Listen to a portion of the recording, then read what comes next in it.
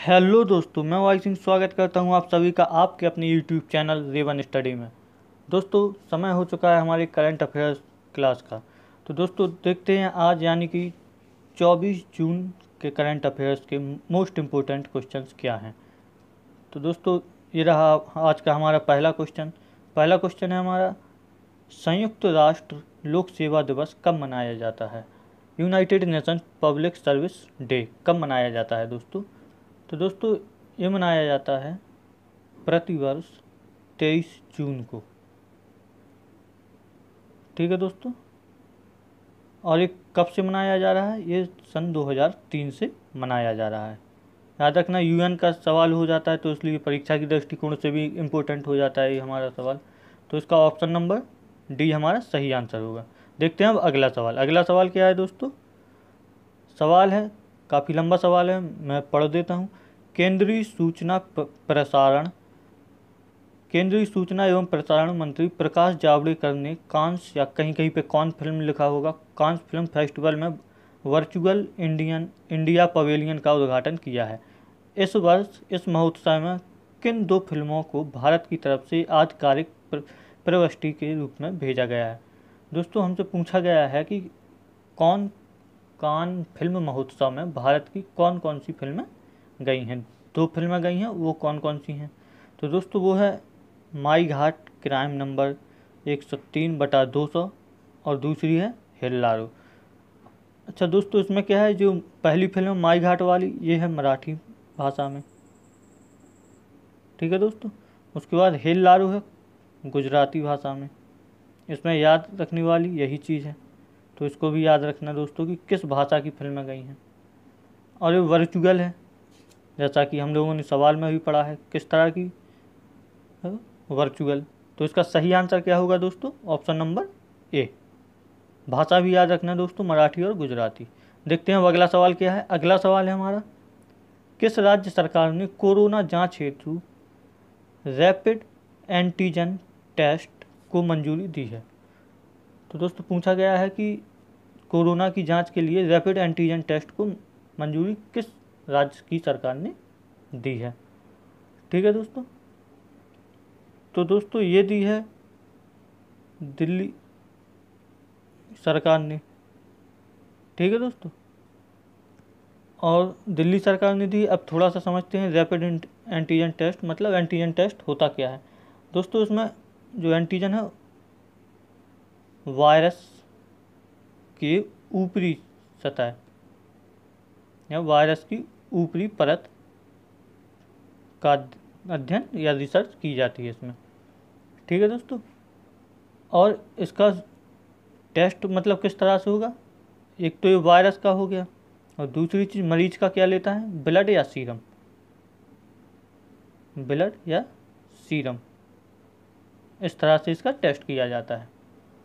और अगर जैसे वायरस के खिलाफ शरीर में एंटीबॉडी मिल जाए मरीज के, तो इसका मतलब है कि व्यक्ति के शरीर में वायरस ने अटैक किया है, यानी कि वह कोरोना से पीड़ित है, यानी कि कोरोना पॉजिटिव है। ठीक है दोस्तों, ये याद रखना। तो इसका ऑप्शन नंबर बी यानी कि दिल्ली सरकार हमारा सही आंसर होगा। ठीक है दोस्तों, अब देखते हैं आज का अगला सवाल। अगला सवाल है हमारा, देश के पहले वर्चुअल स्वास्थ्य देखभाल और स्वच्छता एक्सपो 2020 का उद्घाटन किया मतलब किस राज्य में हुआ है, ये पूछा है हमसे। तो दोस्तों ये हुआ है मध्य प्रदेश में। क्या है, एक बार फिर से देख लेते हैं। देश के पहले वर्चुअल स्वास्थ्य देखभाल और स्वच्छता एक्सपो का उद्घाटन। ठीक है दोस्तों, तो ये मध्य प्रदेश में हुआ है। और ये क्या है, देश की सबसे पहली और सबसे बड़ी वर्चुअल प्रदर्शनी है। किस मामले में? स्वास्थ्य और देखभाल मामले में देश की सबसे बड़ी और पहली तो सवाल में भी क्लियर हो गया कि देश के पहले तो सब, और पहली भी होगी। क्या है? वर्चुअल प्रदर्शनी। वर्चुअल मतलब आभासी, जिसे आप वहीं पर नहीं जा सकते। वर्चुअल का मतलब ये है कि आप तकनीकी की सहायता से अपने घर पर बैठकर ही देख सकते हैं प्रदर्शनी। ठीक है दोस्तों, तो इसका ऑप्शन नंबर सी यानी कि सब मध्य प्रदेश सही होगा। ठीक है दोस्तों, सबसे देश की पहली वर्चुअल स्वास्थ्य देखभाल और स्वच्छता एक्सपो का आयोजन कहाँ किया गया? मध्य प्रदेश। अगला सवाल देखते हैं। अगला सवाल है, हाल ही में किस राज्य सरकार ने शहरी गरीबों के लिए मनरेगा के समकक्ष एक नई योजना कामगारों के लिए शहरी रोजगार मंजूरी चलाने की घोषणा की है? दोस्तों इसमें गौर करना, शहरी गरीबों के लिए मनरेगा के समकक्ष, मनरेगा नहीं चलाया, मतलब मनरेगा के जैसे ही नई योजना का नाम क्या है? कामगारों के लिए शहरी रोजगार मंजूरी चलाने की घोषणा की है। तो दोस्तों ये किसने चलाने की घोषणा की है? तो ये की है झारखंड की सरकार ने। ठीक है दोस्तों, और झारखंड की सरकार ने की है, इसका मतलब क्या है? थोड़ा सा इसके बारे में भी देख लेते हैं हम लोग कि ये चलाया जाएगा झारखंड में, जिसमें शहरी गरीबों के लिए 100 दिन का काम या 100 दिन रोजगार अनिवार्य दिया जाएगा, मतलब निश्चित ही दिया जाएगा 100 दिन के लिए रोजगार, मतलब 100 दिन उनको काम करने को मिलेगा, और ये सरकार की तरफ से। अच्छा, ऐसा करने वाला केरल के बाद पहले स्थान पर कौन है? केरल। झारखंड दूसरा राज्य बना है जो इस तरह से शहरी गरीबों के लिए काम कर रहा है। ठीक है, इसके पहले केरल ने किया था। ठीक है दोस्तों, तो ये भी याद रखना, पहले नंबर पर केरल है, दूसरा राज्य कौन सा बना है? झारखंड। और रोजगार योजना का नाम क्या है? कामगारों के लिए शहरी रोजगार मंजूरी, ये भी याद रखना। तो इसका ऑप्शन नंबर सी यानी कि झारखंड हमारा सही आंसर होगा। देखते हैं अगला सवाल। अगला सवाल है, पद्मश्री पुरस्कार से सम्मानित विद्याबेन साह का हाल ही में निधन हो गया है, वे किस क्षेत्र से जुड़ी थी? पूछा गया कि जो विद्याबेन साह का निधन हुआ है वो विद्याबेन साह किस क्षेत्र से जुड़ी थी? लेखन से, अभिनय से, विज्ञान से, समाज सेवा से? तो दोस्तों पद्मश्री से सम्मानित विद्याबेन साह समाज सेवा से जुड़ी थी, जिनको 1992 में पद्मश्री अवार्ड दिया गया। किस लिए? बाल कल्याण के लिए, बाल कल्याण। ठीक है दोस्तों, ये समाज सेविका थी, गुजरात की थी, दिल्ली में रहती थी। तो इसका ऑप्शन नंबर डी हमारा सही आंसर होगा। देखते हैं अब अगला सवाल। अगला सवाल है हमारा, अच्छा यही है, विद्याबेन साह। ठीक है दोस्तों, अगला सवाल है अब हमारा, हाल ही में किस राज्य सरकार ने 90 दिन के अंदर राज्य के हर घर में टेस्टिंग करने की घोषणा की है? तो दोस्तों हमसे पूछा गया है कि किस राज्य की सरकार ने की है? तो दोस्तों ये काम किया है आंध्र प्रदेश की सरकार ने। इन्होंने टारगेट रखा है कि 90 दिन के अंदर राज्य के हर घर में, कितने दिन? 90 दिन का टारगेट रखा है कि हर घर में टेस्ट कराया जाएगा। किसका? कोविड-19 का। ठीक है दोस्तों, तो याद रखना ये काफ़ी अच्छी पहल है। किसने की है? आंध्र प्रदेश ने। देखते हैं अगला सवाल। अगला सवाल क्या है, हाल ही में कोविड-19 के इलाज हेतु कोरोनिल दवा किसके द्वारा बनाई गई है? तो दोस्तों कोरोनिल दवा का नाम है, ये बनाई है पतंजलि ने। और पूरी तरह से आयुर्वेदिक, पतंजलि है तो क्या है? आयुर्वेदिक है, ये तो क्लियर बात है। ठीक है दोस्तों, आयुर्वेदिक है, और इस पे बाबा रामदेव का ऑफिशियल बयान है कि रिसर्च हो चुकी है, सर्टिफाइड है, जो बनाई गई है। और ये क्यों बनाई गई है? आपको पता है, कोविड-19 के इलाज हेतु। इस तरह की दावा करने वाला या लॉन्च होने वाली दवाई ये अभी तक पहली दवाई है, तो इसलिए इम्पोर्टेंट हो जाती है। और इसका इम्पोर्टेंट होने का दूसरा कारण क्या है कि आयुर्वेदिक है पूरी तरह से। इसके दो सबसे बड़े कारण हैं जो हमारी परीक्षा के दृष्टिकोण से महत्वपूर्ण हो जाते हैं। तो इसका ऑप्शन नंबर बी यानी कि पतंजलि इसका सही आंसर होगा। अगला सवाल देखते हैं हम। अगला सवाल है, पोर्टल सरकारी ई मार्केट, या इसको इंग्लिश में जेम भी कहते हैं, सरकारी ई मार्केट प्लस में निम्न में से क्या अनुवाद किया गया है?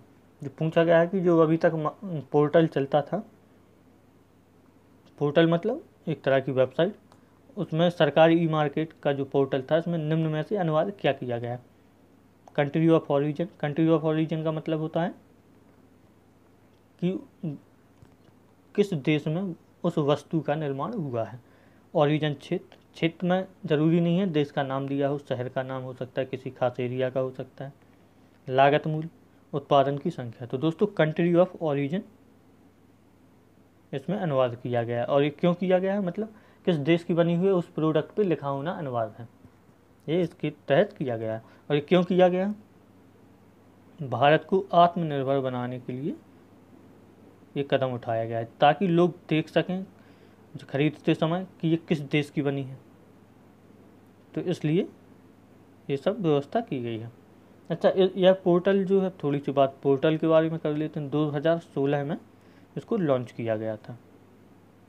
ठीक है दोस्तों, पहली बात तो ये है।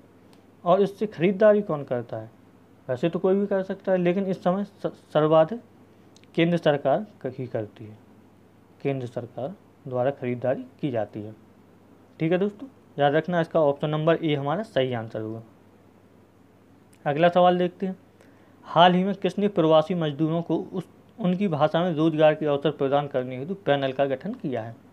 तो दोस्तों किसने किया है, ये काम किया है भारत के थिंक टैंक ने।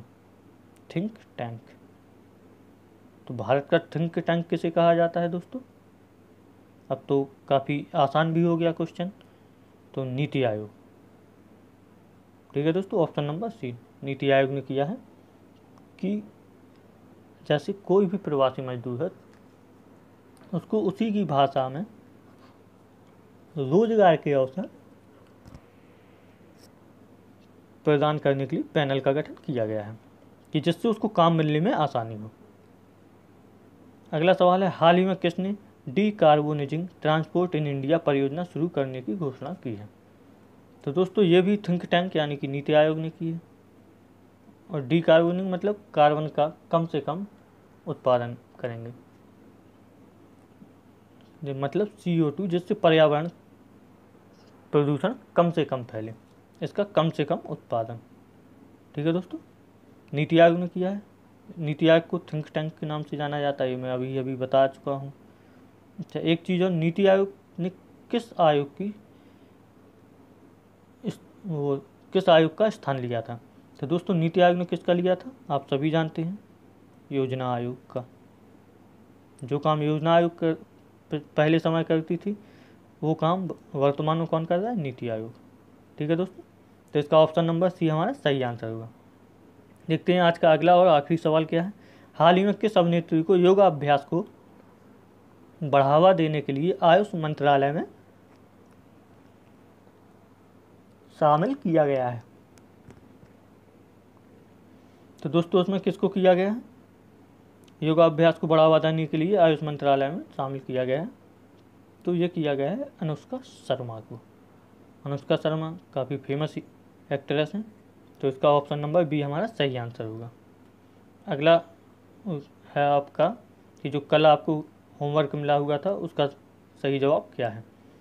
होमवर्क था आपका, हाल ही में किस राज्य ने कामगार और श्रमिक यानी कि सेवा योजना एवं रोजगार आयोग के गठन का निर्णय लिया है? ठीक है दोस्तों, तो इसका सही आंसर क्या था, उत्तर प्रदेश। अब देखते हैं आज का अगला सवाल। सॉरी, ये आपके लिए क्वेश्चन ऑफ द डे, मतलब आपका होमवर्क है। होमवर्क क्या है, हाल ही में किस राज्य ने कोविड केयर होम्स की स्थापना की घोषणा की है? दोस्तों ये सवाल पढ़ा हुआ है, मैं पढ़ा चुका हूँ, आप लोगों को काफ़ी अच्छे से डिटेल में भी पढ़ाया था। तो दोस्तों जवाब आप लोग कैसे देंगे, कमेंट बॉक्स में।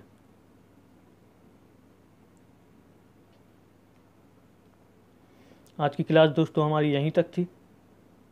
अगर आप चैनल पर नए हैं तो चैनल को सब्सक्राइब कीजिए, बेल आइकन दबाइए दोस्तों। अगर वीडियोस पसंद आए तो लाइक कीजिए, दोस्तों के साथ शेयर कीजिए, कमेंट ज़रूर किया करें दोस्तों। मिलते हैं कल फिर इसी समय, तब तक के लिए धन्यवाद।